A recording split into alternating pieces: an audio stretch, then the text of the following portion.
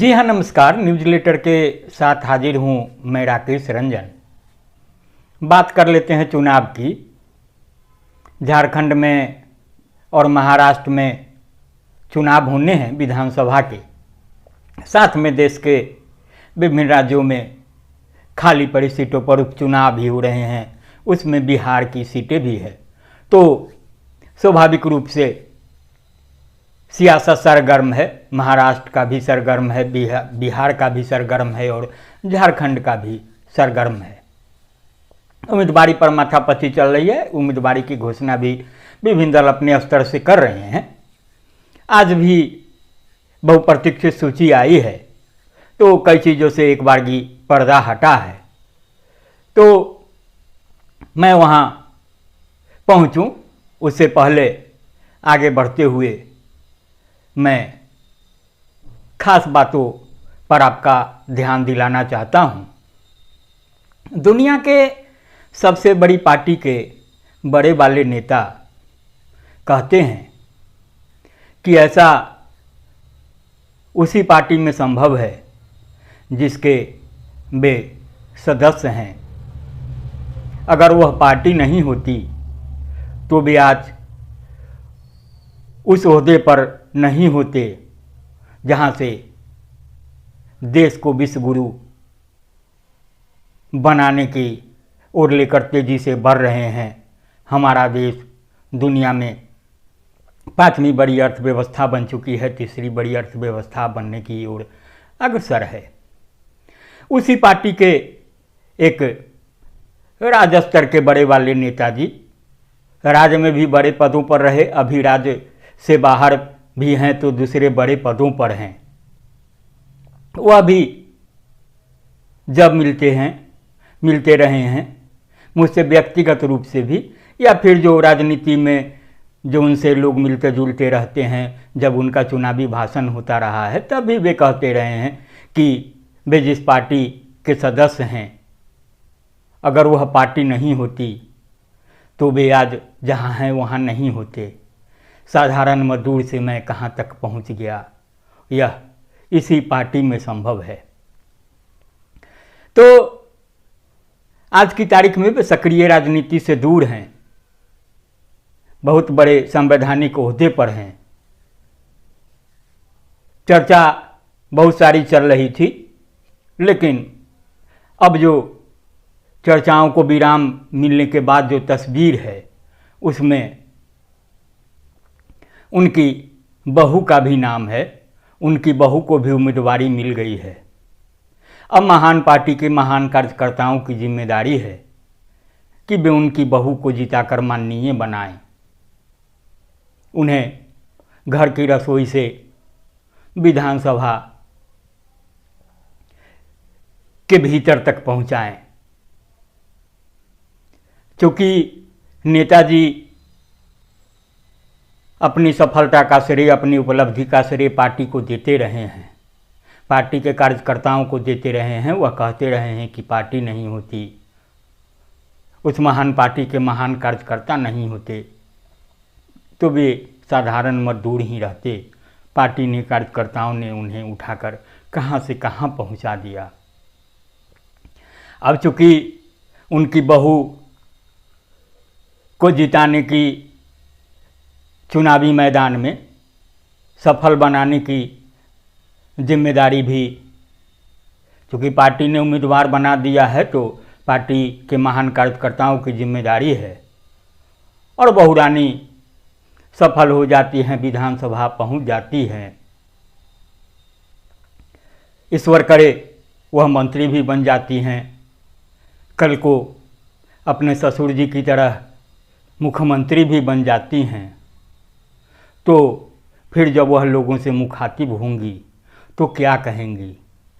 क्या यह सुनने को मिलेगा कि वह महान पार्टी, उस पार्टी के महान कार्यकर्ताओं का आशीर्वाद है कि वह आज यहाँ हैं, नहीं तो रसोई में होती।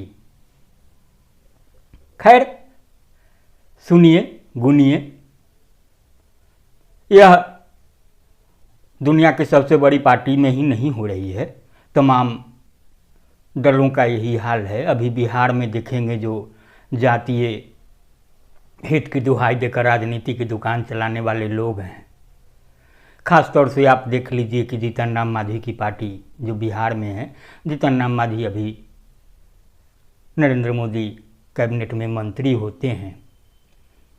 उनकी जो सीट खाली हुई है, वे विधायक थे, तो वहाँ उम्मीदवार के चयन को लेकर बातें हो रही है। तो परिवार से बाहर नहीं सोची जा रही है, परिवार में ही युद्ध छिड़ा हुआ है कि मुझे उम्मीदवार बनना है, मुझे उम्मीदवार बनना है। बातें तय हो जाएंगी जो कुछ होगा।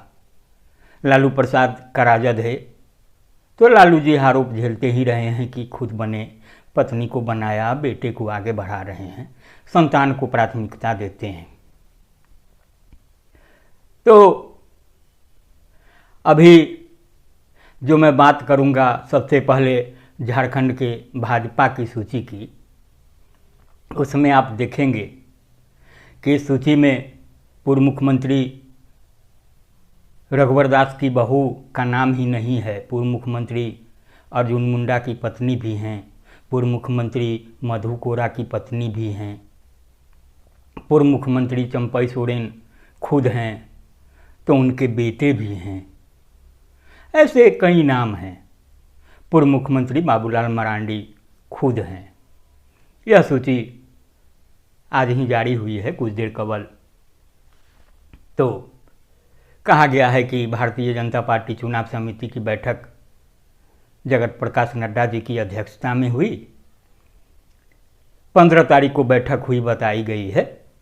बैठक में नरेंद्र मोदी, गृह मंत्री अमित शाह और केंद्रीय चुनाव समिति के सदस्य उपस्थित थे। केंद्रीय चुनाव समिति ने झारखंड विधानसभा चुनाव 2024 के लिए निम्नलिखित नामों की स्वीकृति प्रदान की है। इस सूची में आपको बता दें कि 66 नाम हैं। तो जाहिर है यह पहली सूची है, तो कोई कम नाम नहीं हुए। झारखंड में 81 विधानसभा की सीटें हैं, जिसमें 10 आसू के लिए छोड़ी गई है, 2 जदयू के लिए और 1 लोजपा के लिए। तो बची सीट की संख्या कम है।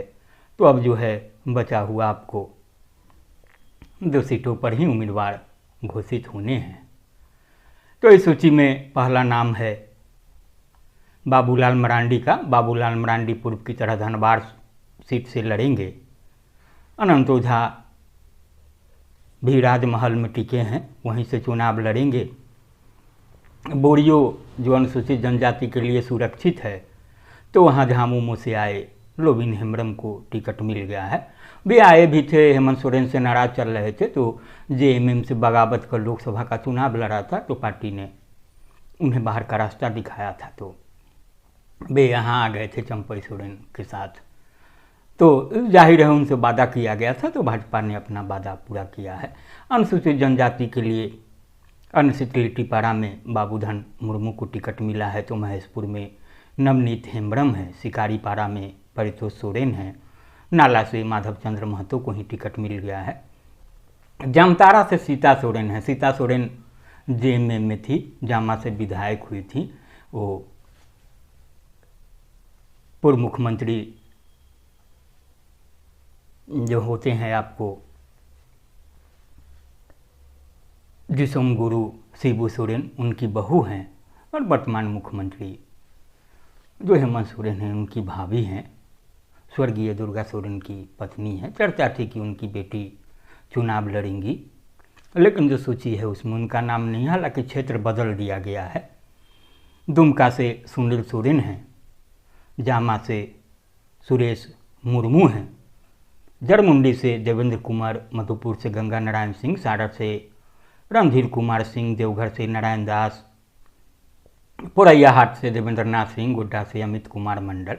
अमित कुमार मंडल का भी राजनीतिक इतिहास है पुराने, उनके पिताजी भी राजनीति में रहे। महंगामा से अशोक कुमार भगत हैं, तो महंगामा में उनका मुकाबला जो अभी मंत्री हैं कांग्रेस कोटे से हेमंत सरकार में दीपिका पांडे से, उनसे मुकाबला होगा। कोडरमा में नीरा यादव को टिकट मिल गया, नीरा यादव पूर्व मंत्री हैं। बरकट्टा से अमित कुमार यादव हैं, बरही से मनोज यादव हैं, मनोज यादव भी पुराने चेहरे हैं। बड़का गांव से रोशन लाल चौधरी को टिकट मिला है। अब आप राजनीति को देखिए, रोशन लाल चौधरी चंद्र प्रकाश चौधरी के भाई हैं। चंद्र प्रकाश चौधरी सांसद हैं आसू से, एनडीए के हिस्सा हैं। आसू कोटे से भी कई दफ़ा राज्य सरकार में मंत्री भी रहे हैं, तो रिश्तेदार लगते हैं जो आसू के मुखिया हैं। आपको कहें कि सुदेश महतो, तो चंद्र प्रकाश चौधरी की पत्नी जो हैं वो आपको रामगढ़ बाली से, जब चंद्र प्रकाश चौधरी सांसद बने थे गिरिडीह से, तो फिर कांग्रेस ने कब्जा जमा लिया था, कांग्रेस से छीन करके उनकी पत्नी हैं। और जो रोशन लाल चौधरी हैं उनके भाई हैं, तो चौधरी जी के, तो बड़का गांव से आसू के टिकट पर लड़ते रहे, लेकिन इस बार भाजपा के टिकट पर मैदान में। अब बाजीगरी आप देखिए कि दुहाई पार्टी कार्यकर्ताओं की, पार्टी की, जनहित की, झारखंड की, लेकिन जब बारी आती है कुछ पाने की तो पाना किसे होता है और खोना किसे होता है, प्राथमिकता में कौन है। अब आप देखेंगे कि चंदन क्यारी सीट पर जो पिछले चुनाव में दूसरे स्थान पर थे आसू के, जब आसू का भाजपा से समझौता नहीं था, उनके लिए सुदेश महतो ने कोई मेहनत नहीं की। चाहते तो उनसे भी स्थानांतरित करा सकते थे, उनको भी भाजपा का सिंबल दिला देते, लेकिन ऐसा नहीं किया। लेकिन रोशन लाल चौधरी को भाजपा में जाने के लिए कह दिया। रोशन लाल चौधरी भाजपा के टिकट पर चुनाव लड़ रहे हैं। तो यह राजनीति है। आप इसके अलावा हजारीबाग से प्रदीप प्रसाद को टिकट मिला है। हजारीबाग से जो नवीन जायसवाल थे तो वो सांसद हो गए हैं हजारीबाग से। सिमरिया से उज्जवल दास को टिकट मिला है। बगोदर से नागेंद्र महतो हैं। जमुआ अनुसूचित जाति के लिए है, वहाँ मुनिया देवी हैं। गिरिडीह से निर्भय कुमार सहवाती हैं। बेरमू से रविंदर पांडे हैं। बोकारो से बिरंची नारायण हैं। ये सब पुराने नाम है, था कि बदल दिए जाएंगे, लेकिन ऐसा नहीं हुआ। चंदर कियारी से अमर कुमार बावरी हैं, वह भी विधानसभा में प्रतिपक्ष के नेता हैं। कहा जाता है कि इन्हीं सीट पर जीत थी आसू के साथ। सिंदरी से तारा देवी हैं। निरसा से अपर्णा सिंह गुप्ता हैं। धनबाद से राज सिन्हा को भी टिकट मिल गया है। कहा गया है कि जो लोकसभा चुनाव के दौरान ढोलू महतो से उनका नहीं बना था तो उनका टिकट काट दिया जाएगा। ढोलू महतो जिद पर हैं, लेकिन ऐसा नहीं हुआ। झरिया से रागिनी सिंह को भी मिला है। रागिनी सिंह पुराना चेहरा है। बागमारा से शत्रुघ्न महतो हैं। अब शत्रुघ्न महतो ढोलू की पसंद होंगे जाहिर तौर पर। बहरागोड़ा से एक बार फिर डॉक्टर दिनेशानंद गोस्वामी आजमाए गए हैं। घाटशिला से बाबूलाल सोरेन को टिकट मिल गया है। बाबूलाल सोरेन चंपई सोरेन के पुत्र हैं। पूर्व मुख्यमंत्री चंपई सोरेन जेएमएम छोड़ करके जो भाजपा में गए। पोटका से अर्जुन मुंडा, पूर्व मुख्यमंत्री की पत्नी को टिकट मिला है। अर्जुन मुंडा की खरसामा सीट रही है, वहाँ से जब हारे फिर लोकसभा चले गए। लोकसभा में पिछले लोकसभा चुनाव में उनकी हार हो गई, तो अब खरसामा से उनका नाता टूट गया है और नई सीट आ गई है। खुद मैदान से बाहर हैं और मीरा मुंडा उनकी पत्नी मैदान में है। जमशेदपुर पूर्वी पर भी कई नाम कहा जा रहा था कि रघुवर अब इतिहास बन जाएंगे, तमाम बातें हो जाएंगी कि, लेकिन आखिरकार रघुवर के समक्ष झुकना पड़ा और उनकी बहू पूर्णिमा दास साहू को टिकट मिल गया। तो अब जमशेदपुर पूर्वी की महान जनता, महान भाजपा कार्यकर्ता को तय करना है कि क्या करने वाले हैं। सरायकेला से चंपई सोरेन खुद उम्मीदवार बन गए। उनका परंपरागत सीट है। चाईबासा से गीता बलमुचू को टिकट मिला है, यह नया नाम है। मझगांव से मरगगराई पुराने नाम है। जगन्नाथपुर से गीता कोरा हैं। तो गीता कोरा चूँकि सांसद थी सिरभूम सीट से, वह हार गई हैं, तो उनका हक बनता है। कहा जा रहा था कि मधु कोरा चुनाव लड़ेंगे, लेकिन उनको कोर्ट से अनुमति नहीं मिल पाई। चक्रधरपुर से शशिभूषण सामंत को टिकट मिला है। शशिभूषण सामंत बाबूलाल मरांडी के साथ रहे, पहले जेएमएम से विधायक होते थे। उनका टिकट कटा तो बाबूलाल मरांडी के साथ गए थे। बाबूलाल मरांडी ने जब जेबीएम छोड़ भाजपा में अपनी पार्टी का विलय किया तो चले गए। खरसामा से सोनाराम बोदरा को टिकट मिला है। तोरपा से कोची मुंडा है। खूंटी से नीलकंठ सिंह मुंडा, ये भी पुराने नाम हैं, मंत्री भी रहे हैं रघुवर सरकार में। खिजड़ी अनुसूचित जनजाति के लिए है, वहाँ राम कुमार पाहन को मिला है।